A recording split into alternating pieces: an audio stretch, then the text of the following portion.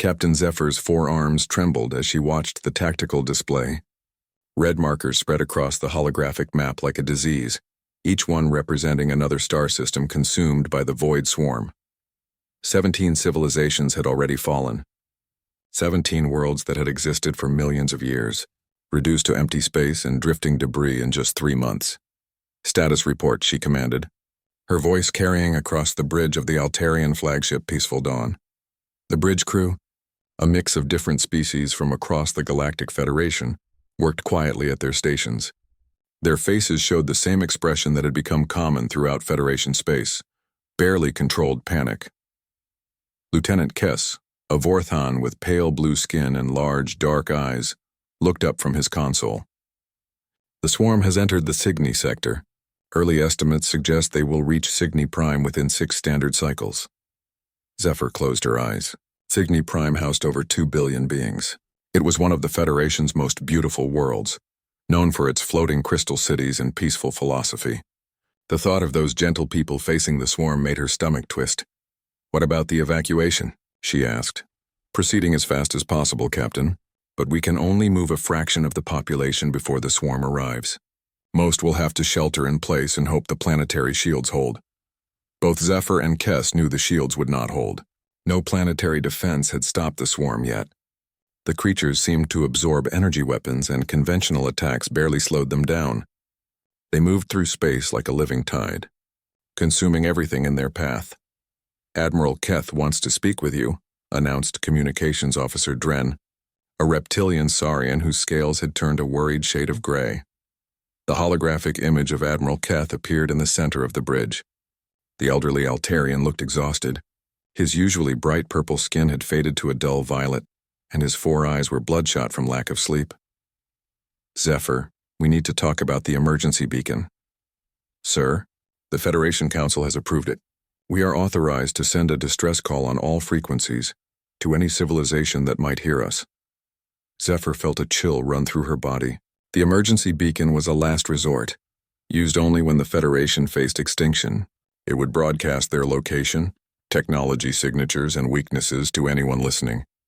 In normal times, such an action would be considered madness. "Do we have any idea who might respond?" she asked. Keth shook his head. "Long-range sensors have detected signs of advanced civilizations in several distant sectors, but we know nothing about them. They could be peaceful explorers like us, or they could be conquerors waiting for an opportunity. But we have no choice. No choice at all. If the swarm continues at its current pace, the Federation will cease to exist within 1 standard year." The Admiral's image flickered and disappeared. Zephyr stared at the empty space where he had been, then turned to her communications officer. "Dren, prepare the emergency beacon. Full spectrum broadcast, maximum power." "Yes, Captain." Zephyr walked to the observation deck at the front of the bridge. Through the transparent aluminum windows, she could see the stars. Somewhere out there, the swarm was moving toward them. Somewhere else, she hoped, was someone who could help. The Federation had always prided itself on being peaceful. For over 10,000 years, the various species had worked together to explore the galaxy, share knowledge, and improve life for all. They had eliminated war, hunger, and disease from most of their worlds. Art and science flourished. The Federation represented everything good about intelligent life, but they had also become soft. Their weapons were designed for defense only. Their ships were built for exploration and trade. Their military existed mainly for rescue operations and disaster relief. When faced with an enemy that wanted only to destroy and consume, they found themselves helpless. "Captain, the beacon is ready," Dren reported. "Send it." The bridge fell silent as the message transmitted. Zephyr had written it herself, choosing each word carefully. It was a plea from one civilized species to another, asking for help against an enemy that threatened all life. She never imagined who would answer. 3 days later, Dren looked up from his console with confusion written across his scaled features. "Captain, we are receiving a response to the beacon." "Already? Which sector?" "That is the strange part. The signal is coming from grid reference 2847C, but our records show that sector is uninhabitable. High radiation, extreme gravitational forces, unstable stars." Zephyr frowned. "Could there be an error in our navigation data?" "Negative, Captain. We surveyed that region 200 years ago." The third planet in the system showed signs of water and atmosphere, but the conditions were classified as Class 13 Deathworld. Nothing could survive there. Play the message. The speakers crackled with static, then a voice emerged. It spoke in a language that their translation computers struggled to process. The words came through in broken fragments. Federation, heard your call. This is Sol 3. We can help. Sending ships. The transmission ended. Zephyr and her crew stared at each other in confusion. Sol 3? Kess wondered aloud. No civilization could develop on a Class 2 alien world. Run a deep scan of the signal, Zephyr ordered. I want to know everything about its origin. The analysis took several hours. When Dren finally had results, his expression was even more confused than before. Captain, the signal definitely originates from the third planet in system, 2847C, but our sensors detect massive industrial activity, cities, ships, signs of a technological civilization. That is, impossible. Yes, Captain, but the evidence is clear. Someone lives there. Zephyr studied the data. The planet's statistics made her feel sick just reading them. Surface gravity 3 times what most species could survive. Radiation levels that would kill most Federation citizens in hours. Atmospheric pressure that would crush anyone not wearing protective gear. Weather patterns that included massive electrical storms and winds fast enough to tear buildings apart. What kind of beings could evolve in such conditions? She whispered. Unknown, Captain, but they claim they can help us. How long until they arrive? The message indicated their ships would reach Federation space in 12 standard days. Zephyr felt a mixture of hope and fear. The Federation desperately needed help, but she could not imagine what kind of species could survive on such a hostile world. What would they be like? What would they want in return for their aid? She thought about the swarm, consuming everything in its path. She thought about the billions of peaceful Federation citizens who would die if no help came. Whatever these mysterious beings from Sol 3 were like, they were the galaxy's only hope. Send a reply, she ordered. Tell them we accept their offer of assistance.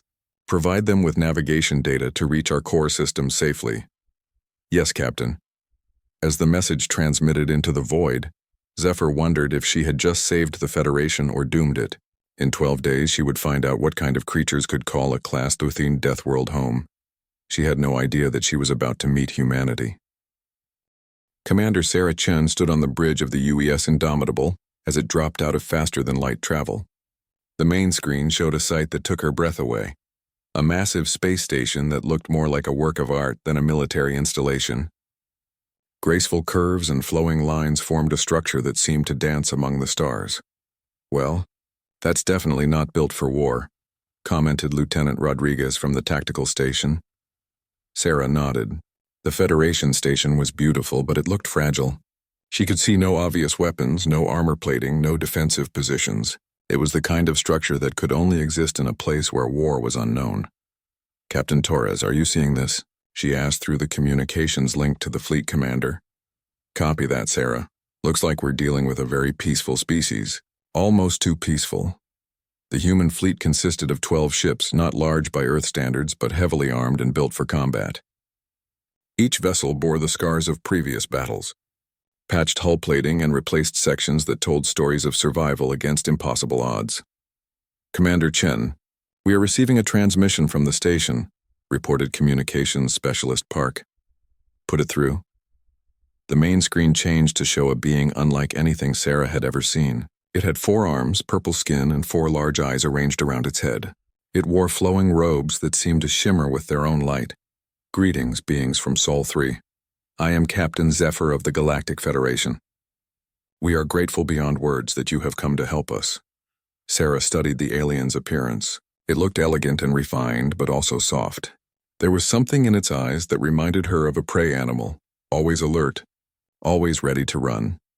This is Commander Sarah Chen of the United Earth Space Force. We received your distress call and came as quickly as possible. Can you tell us more about this threat you're facing? Zephyr's 4 eyes widened slightly. You came directly here without stopping for supplies or rest?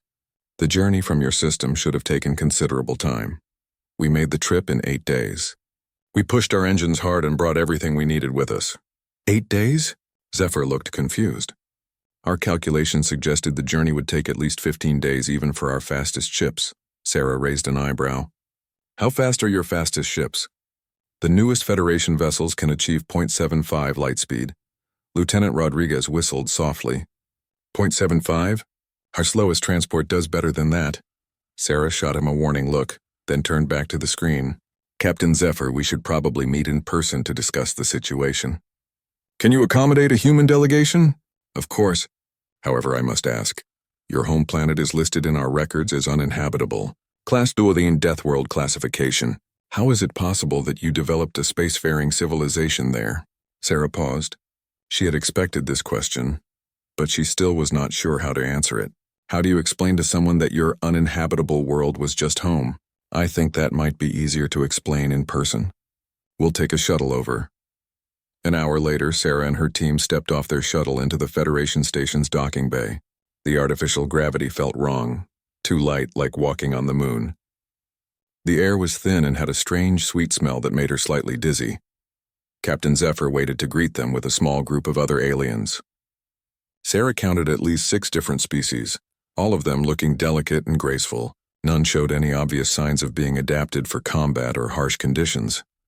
Welcome aboard the Peaceful Dawn, Zephyr said, speaking through a translation device that converted her words into English. I must say you look remarkably sturdy. Sarah looked down at herself. She wore a standard Earth military uniform. Practical, durable, designed for function rather than beauty. Compared to the flowing robes and elegant clothing of the Federation representatives, she supposed she did look sturdy. Thank you for having us aboard, Captain. This is Lieutenant Rodriguez, our tactical specialist, and Dr. Kim, our xenobiologist. Dr. Kim stepped forward and immediately started scanning the aliens with a handheld device. Fascinating bone density variations. Captain Chen, their skeletal structure appears to be approximately 60% lighter than human normal. Dr. Kim, Sarah said quietly, perhaps save the medical scans for later. Right, sorry. Dr. Kim put away the scanner but continued staring at the aliens with obvious scientific interest. Zephyr led them through the station corridors.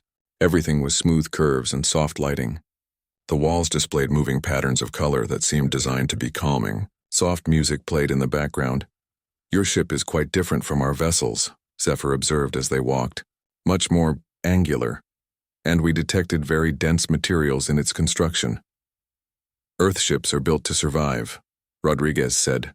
Space is dangerous. Dangerous. But space is quite peaceful.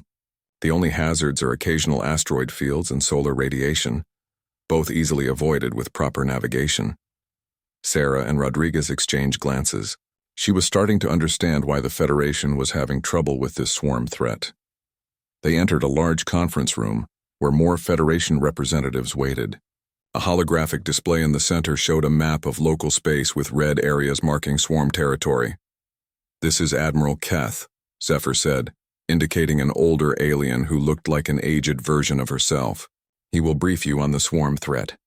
Admiral Keth activated the display showing images of the enemy. The creatures looked like a cross between insects and machines with metallic shells and too many legs. They moved in massive swarms that blocked out stars. The Void Swarm appeared 3 months ago from deep space, Keth explained. They consume everything in their path, ships, stations, planets. Our weapons have no effect on them. They seem to absorb energy and use it to grow stronger. Dr. Kim studied the images with interest. Fascinating adaptation. They appear to be using a form of biomechanical conversion to process matter into energy. Yes, exactly, Keth said, looking pleased that someone understood. We have tried everything. Diplomatic contact, defensive formations, even evacuation of entire systems. Nothing stops them. Rodriguez leaned forward. What kind of weapons have you tried? Plasma beams, ion cannons, photon torpedoes, all our most advanced technology. What about kinetic weapons? Keth looked puzzled. Kinetic weapons? You mean throwing things? Something like that. Rodriguez looked at Sarah. Commander, I think I'm starting to see the problem. Sarah nodded. The Federation had developed advanced energy weapons, but seemed to have completely skipped over the simple effectiveness of high-velocity projectiles. It was like they had never learned that sometimes the old ways worked best. Captain Zephyr, we would like to study the swarm more closely before engaging them. Can you provide us with detailed sensor data and combat recordings? Of course, but I must warn you. 17 civilizations have already fallen to these creatures. Each one had millions of years of accumulated knowledge and peaceful development. We fear that we may have asked you to share our fate rather than help us avoid it. Sarah smiled, and several of the aliens took a step backward.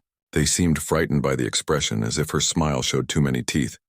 Captain, I don't think you understand what you're dealing with. You called for help, and Earth answered. We're not a peaceful civilization that grew up in a safe galaxy. We're survivors from a world that tries to kill us every single day. She gestured to the holographic display, showing the swarm. These creatures look dangerous. To you because you've never had to fight for survival. But humans? We've been fighting things that want to eat us since we crawled out of the caves. This swarm of yours just looks like Tuesday to us. The silence that followed was broken only by the soft background music. The Federation representatives stared at the humans with expressions that mixed hope and terror. Admiral Keth finally spoke, his voice barely above a whisper. What have we done? Captain Torres stood in the war room aboard the UES Indomitable, studying the tactical displays that covered every wall. Data streams flowed across screens showing swarm movement patterns, energy signatures, and attack formations. Around the table sat his senior officers and 3 very nervous Federation representatives. Report, Commander Chen, Torres said. Sarah stood and activated a holographic display. Sir, we completed our reconnaissance of the swarm's forward elements 6 hours ago. The good news is that they're exactly what they appear to be. A biological invasive species following predictable patterns. Admiral Keth leaned forward in his specially adjusted chair. The gravity on human ships was uncomfortably heavy for Federation species, but the aliens had insisted on being present for all briefings. Predictable how? Keth asked. They behave like locusts or army ants from Earth, Dr. Kim explained. They move in organized groups, strip an area of all available resources, then move to the next target. The pattern is actually quite simple once you understand it. Captain Zephyr made a sound that the translation system rendered as distressed clicking. Simple. They have destroyed civilizations that existed for millions of years. Rodriguez looked up from his analysis console. No offense, Captain, but your civilizations weren't built to fight. You're like a forest that's never seen fire. When it finally comes, everything burns. The swarm follows biological imperatives, Sarah continued. They need certain elements to reproduce and expand. Carbon, silicon, various metals. They're not evil or malicious, they're just doing what evolution programmed them to do. Torres nodded. Which means we can predict their movements and prepare countermeasures. Dr. Kim, what did you learn from the biological samples? Dr. Kim pulled up a detailed analysis of swarm tissue. They're remarkably adaptable, but they're still biological. They have weaknesses. They need specific temperature ranges to function efficiently. They rely on chemical communication that can be disrupted. And most importantly, they have a hierarchical structure, with queen-type organisms controlling the smaller units. In other words, Rodriguez added with a grin, cut off the head, and the body dies.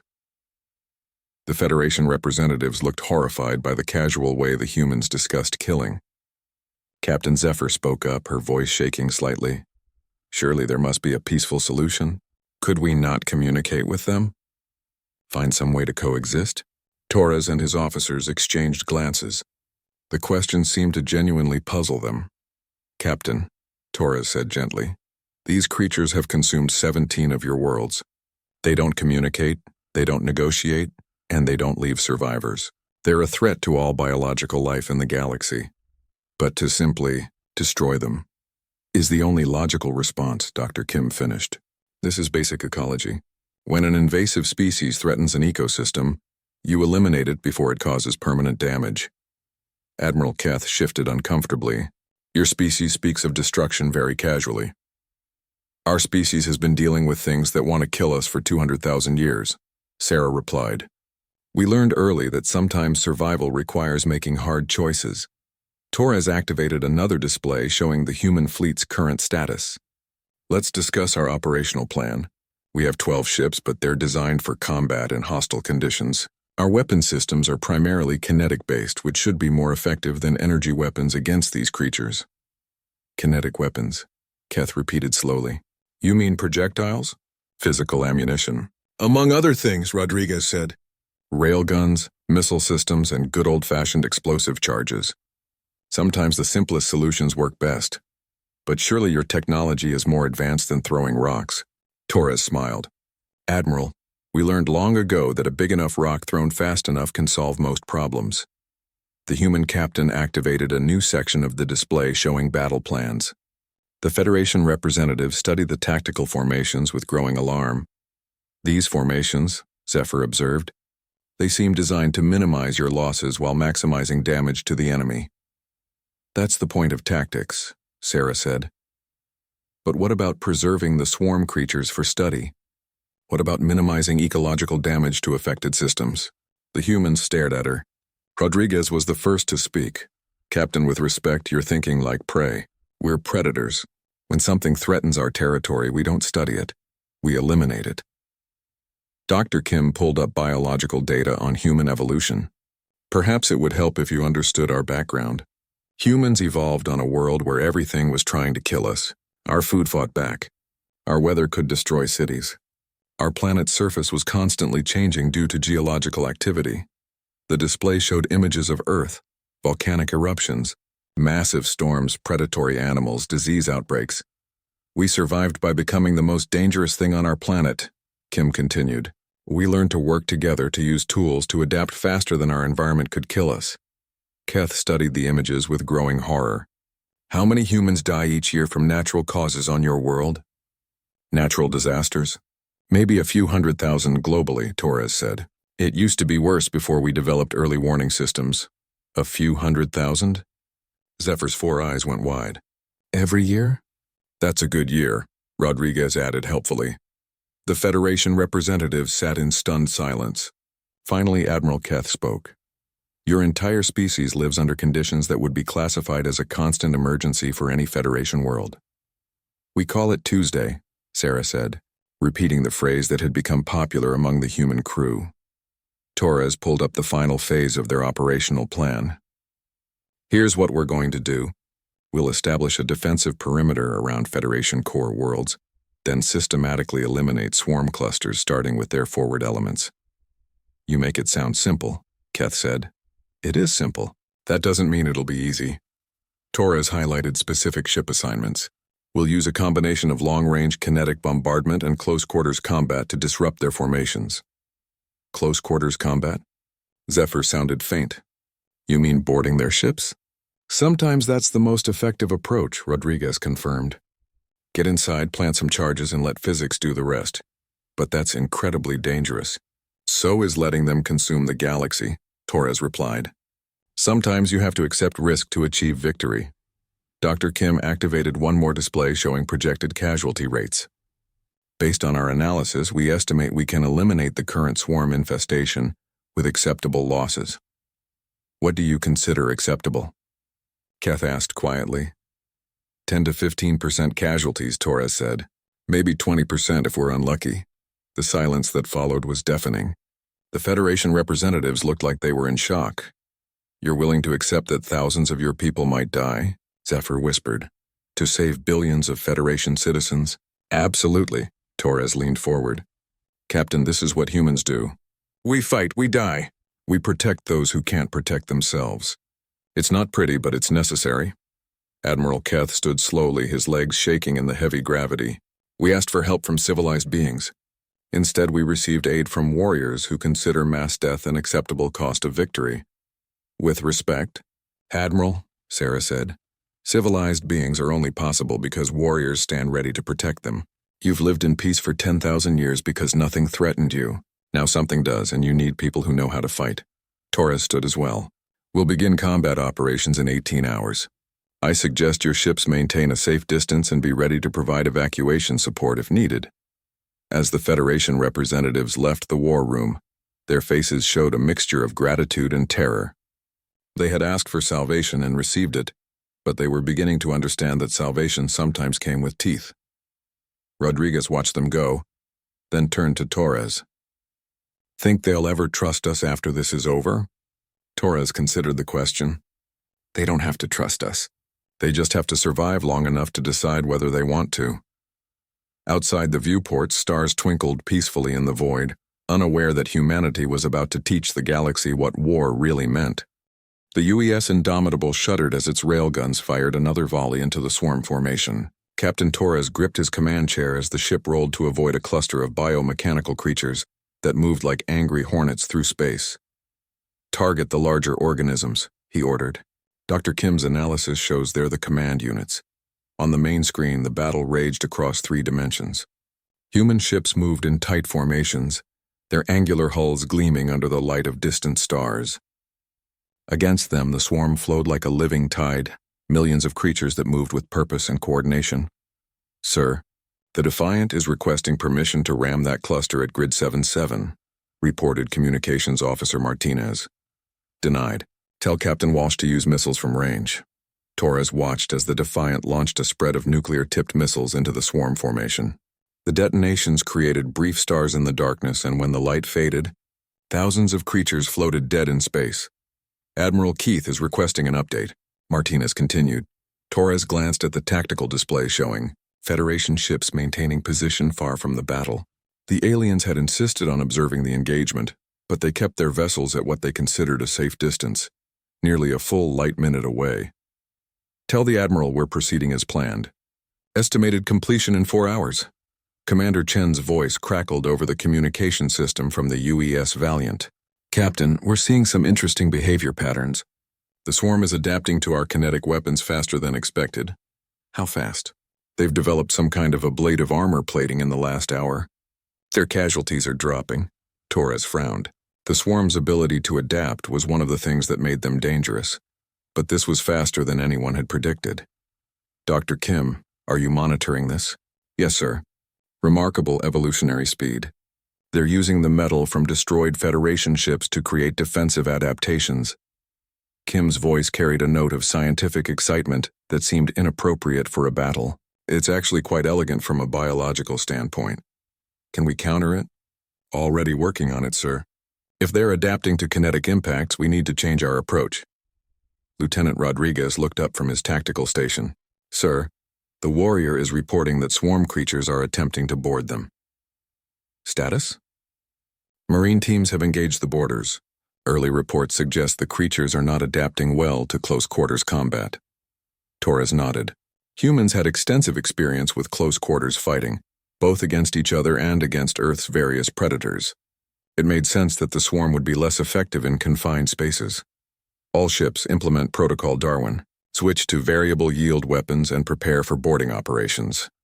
Protocol Darwin was named after the human scientist who first described evolution. It was humanity's answer to an adaptive enemy. Instead of using one type of weapon until the enemy adapted, human forces would constantly change their tactics and weapons to stay ahead of evolutionary responses.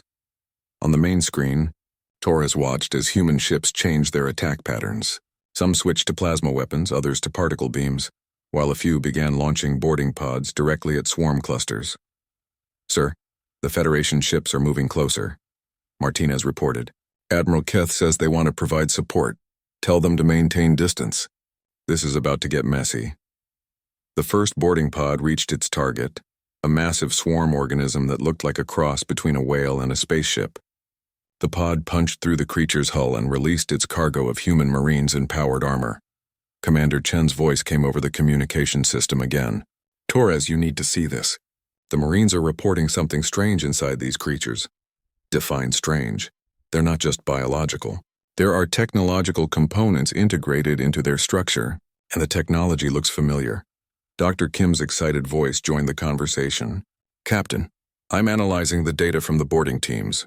These creatures are using modified Federation technology. They've somehow incorporated captured ships and equipment into their own biology." Torres felt a chill run down his spine. "Are you saying they're learning from the species they consume?" "More than learning. They're stealing knowledge and incorporating it directly into their genetic structure. Each civilization they destroy makes them stronger." The implications hit Torres immediately. The swarm was not just a biological threat, it was a cumulative one. Every species it consumed added to its capabilities. "How many civilizations did Admiral Keth say they'd destroyed?" 17, sir. So they have the accumulated knowledge of 17 different spacefaring species. That would explain their rapid adaptation, Kim confirmed. "They're not just evolving, they're upgrading." Torres made a decision that would have seemed insane to any Federation commander, but was perfectly logical to a human military officer. All ships, emergency acceleration toward the swarm's main body. We're going to end this now before they can adapt any further. Sir? Rodriguez sounded surprised. That will put us right in the middle of their formation. Exactly. Sometimes the best defense is a good offense. The human fleet accelerated directly toward the largest concentration of swarm creatures. To the Federation observers, it looked like suicide. To humans, it looked like Tuesday. The Indomitable shook as it punched through the swarm's outer perimeter. Creatures swarmed around the ship like angry bees, but the humans had prepared for this. Close-in weapon systems fired constantly, creating a deadly barrier around each vessel. Boarding pods away, Rodriguez reported. All ships are deploying Marines. Torres watched as hundreds of armored figures launched themselves into the heart of the swarm. The Federation had never seen anything like it. Soldiers voluntarily entering the most dangerous environment possible to fight hand-to-hand with alien monsters. Captain, Marine teams are reporting success, Martinez announced. They're locating and destroying the command organisms inside each cluster. Casualties? 15% so far, sir. Within acceptable parameters. On his private communication channel, Torres heard Admiral Kith's voice, barely controlled. How can you speak of human death so casually? Because if we don't accept casualties now, everyone dies later, Torres replied. This is what war means, Admiral. This is what survival costs. The battle continued for another 3 hours. Human ships darted through swarm formations like wolves attacking a herd, striking fast and moving before the creatures could respond. Marines fought inside living ships, planting charges and destroying command structures. The Federation watched in fascinated horror as humanity demonstrated what 200,000 years of evolution on a death world had created. Finally, the last swarm cluster went dark. The creatures stopped moving in coordination, reverting to individual organisms that could be easily eliminated by ship-based weapons. All swarm forces neutralized, Rodriguez reported. Threat eliminated. Torres leaned back in his command chair. Casualty report. Final count. 137 KIA, 312 wounded. The UES Defiant took significant damage but remains operational. On the Federation communication channel, silence reigned. Finally, Admiral Keth's voice came through, filled with an emotion the translator could not identify. You did it. You actually defeated them. Yes, sir, we did, but the cost. So many of your people died. Torres looked at the casualty numbers displayed on his screen. Each number represented a human life, a person with family and friends and dreams. But he also thought about the billions of Federation citizens who would live because of their sacrifice. Admiral, those people died protecting something bigger than themselves. They died so that the galaxy could remain free. In human culture, there is no greater honor. Captain Zephyr's voice joined the conversation. I do not understand your species. You treat death and violence as tools to be used when necessary. Not tools, Torres corrected. Responsibilities. We don't enjoy war, Captain, but we're good at it because we have to be. Someone needs to stand between the darkness and the light. Dr. Kim's voice crackled over the communication system. Captain, I'm detecting something interesting in the swarm's remains. It looks like they were preparing to split into multiple groups. If we had waited much longer, they would have spread across the entire galaxy simultaneously. Torres nodded grimly. Then we stopped them just in time. He looked out at the debris field that had once been an unstoppable force of consumption and destruction. Human ships moved among the wreckage, rescuing survivors and gathering intelligence. Admiral Keth, the immediate threat has been eliminated, but I recommend we discuss long-term security arrangements for Federation space. Long-term arrangements? The galaxy is a dangerous place, Admiral. Today it was the swarm, tomorrow it might be something else. You need protectors who understand that sometimes peace can only be maintained through strength. The communication channel fell silent as the Federation representatives contemplated this new reality. They had lived in peace for 10,000 years. But that peace had come with a price. They had forgotten how to fight for survival. Now they knew that somewhere in the galaxy, there were beings who had never forgotten that lesson, beings who called a death world home and considered mass destruction an acceptable Tuesday. The question was, what would they do with that? 6 months after the Battle of the Swarm, Captain Zephyr stood in the council chamber of the Galactic Federation. The great dome above her head displayed images of stars, the same stars that had witnessed the most significant change in galactic civilization since the Federation's founding. Around the circular chamber, representatives from 300 species debated the question that had consumed the galaxy since humanity's arrival: what to do with Earth? "The motion before us is clear," announced Chancellor Vex, an ancient Crystallian whose body resembled living gemstone. "Whether to grant full membership in the Galactic Federation to the species known as humans." Senator Krill, a Vorthon with the pale blue skin typical of his species, stood to address the chamber. "Honored colleagues, we cannot ignore what we witnessed. These humans destroyed an enemy that had consumed 17 civilizations. They did so in a matter of hours with methods that can only be described as terrifying." Murmurs of agreement rippled through the chamber. Zephyr had heard these arguments many times in the past months. The Federation was struggling to understand beings who could casually discuss acceptable casualty rates and treat violence as a tool, rather than an absolute evil, Senator. "Krill makes valid points," said Representative Thys, a serpentine Nagan who spoke through chemical emissions translated to sound. "But we must also acknowledge that without human intervention, the Federation would no longer exist." Admiral Keth rose from his position in the military section. His purple skin had regained some of its normal color, but Zephyr could still see the stress lines around his 4 eyes. "I have submitted a full report on human military capabilities," Keth said. "Their technology is not significantly more advanced than ours in most areas. Their ships are actually less sophisticated in some ways, but their approach to conflict is fundamentally different from anything we have encountered." The Admiral activated a holographic display showing human battle tactics. "They do not fight to minimize casualties or preserve resources. They fight to win, regardless of cost. This philosophy makes them incredibly effective in combat situations." "Incredibly dangerous, you mean?" interrupted Senator Krill. "They treat death as an acceptable outcome. How can we trust beings who think that way?" Captain Torres's voice came from the human delegation section. "Senator Krill, may I respond to that?" The human captain stood slowly, his movements careful in the lighter gravity of the Federation station. Around him sat the other human representatives, Commander Chen, Dr. Kim, and Lieutenant Rodriguez among them. "We don't treat death as acceptable," Torres said. "We treat it as inevitable. Every human knows they will die someday. The question is whether that death serves a purpose." He gestured to the holographic display. "When we fought the swarm, 137 humans died. But their death saved billions of Federation citizens. We consider that a worthy trade." "But surely there was another way," pleaded Representative Thys. "Some method that would not have required loss of life." Dr. Kim stood to answer. "Representative Thys, we analyzed every possible approach.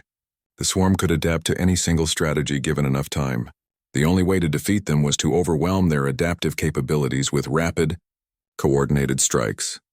And the only way to do that," added Commander Chen, "was to accept that some of our people would not come home." The chamber fell silent. This was the fundamental difference between humans and the Federation species, the willingness to sacrifice for the greater good, even when that sacrifice meant death. Chancellor Vex spoke into the silence. "Captain Torres, your species has requested permission to establish a permanent presence in Federation space. Can you explain the nature of this request?" Torres activated a new display showing a proposed organizational structure. "We call it the Terran Defense Corps.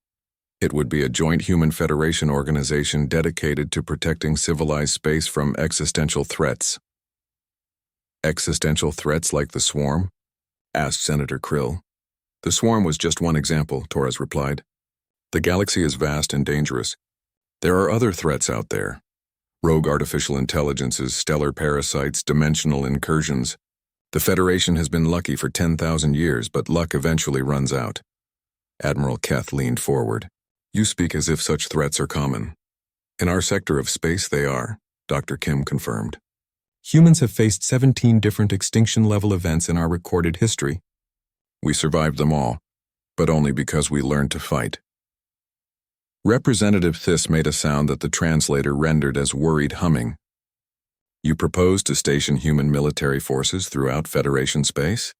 "Not throughout," Commander Chen clarified. "Strategic positions where we can respond quickly to emerging threats. We would also train Federation personnel in combat operations and threat assessment. Train us to be more like you? Senator Krill sounded horrified. Train you to survive, Torres said simply. Chancellor Vex studied the proposal for several minutes. This defense corps would answer to whom? A joint command structure, Torres replied. Human expertise in combat operations, Federation expertise in logistics and diplomacy. Neither species would have unilateral authority. And what would Earth want in return for this protection? Torres paused before answering. Zephyr had learned to recognize that pause. It meant a human was choosing their words carefully. Nothing you cannot freely give, Torres said finally. We want to be part of something larger than ourselves. For 200,000 years, humans have fought alone on a hostile world. We want to help build something better. Dr. Kim added, we also want to learn. Federation science and culture have much to offer humanity. We hope the exchange will benefit both our species. The debate continued for hours. Some representatives argued that humans were too dangerous to trust. Others pointed out that without human intervention, there would be no Federation left to debate anything. Finally, Chancellor Vex called for a vote.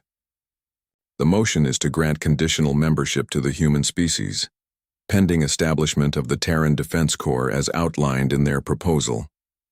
The vote was close, closer than Zephyr had expected. Fear of humanity's violent nature nearly overcame gratitude for their salvation. But in the end, survival instinct won. Motion carried. 212 votes in favor, 88 opposed. Applause filled the chamber, though Zephyr noticed it was subdued compared to celebrations for other new members. The Federation was welcoming humanity, but they were not entirely comfortable with that decision. 1 month later, Zephyr stood on the observation deck of Starbase Harmony, watching construction crews put the finishing touches on the first Terran Defense Corps facility. The base looked different from typical Federation architecture, more angular, more obviously defensive, designed for function rather than beauty. Having second thoughts? Asked a voice behind her. Zephyr turned to see Captain Torres approaching. The human commander had become a familiar sight around Federation installations, overseeing the integration of human and alien personnel. Not second thoughts, Zephyr replied, but I find myself wondering what we have begun here. Torres joined her at the observation window. You're wondering if you can trust us, should I? Torres considered the question seriously. Captain, humans are what 10 billion years of evolution on a death world created. We're aggressive, territorial, and willing to use violence to solve problems. But we're also fiercely protective of those we consider allies. And the Federation is now your ally? The Federation is under our protection, Torres corrected. Whether that makes us allies or something else, I guess we'll find out. On the main communication screen, Admiral Keth's face appeared. Captain Torres, we have received a distress signal from the Outer Rim. Reports of an unidentified fleet attacking Federation colonies. Torres straightened immediately. Do we have identification on the attackers? Negative. Unknown ship configurations, aggressive behavior. They are not responding to communication attempts. How many colonies are threatened? At least 6 systems, possibly more. Torres turned to Zephyr. Captain, this is what the Defense Corps was created for. Are you ready to see what human protection really means? Zephyr felt the familiar mixture of fear and hope that had become her constant companion since first contact with humanity. Do what you must, Captain. Within hours, human ships were launching from bases across Federation space. The Terran Defense Corps was mobilizing for its first official operation, and the galaxy was about to learn that humanity's protection came with both benefits and consequences. As Zephyr watched the ships depart, she reflected on the irony of their situation. The Federation had called for help from civilized beings and received aid from warriors. They had asked for salvation and been given guardians who measured success in enemy casualties rather than diplomatic solutions. But they were alive. The gentle species of the galaxy could continue their peaceful existence because somewhere in the darkness between stars, humans stood ready to face whatever threats emerged. Whether this new arrangement would lead to a golden age of security or a slow transformation of Federation values remained to be seen. But one thing was certain. The galaxy would never be the same. Humanity had arrived and the age of innocent peace was over. In its place came something new, knowledge,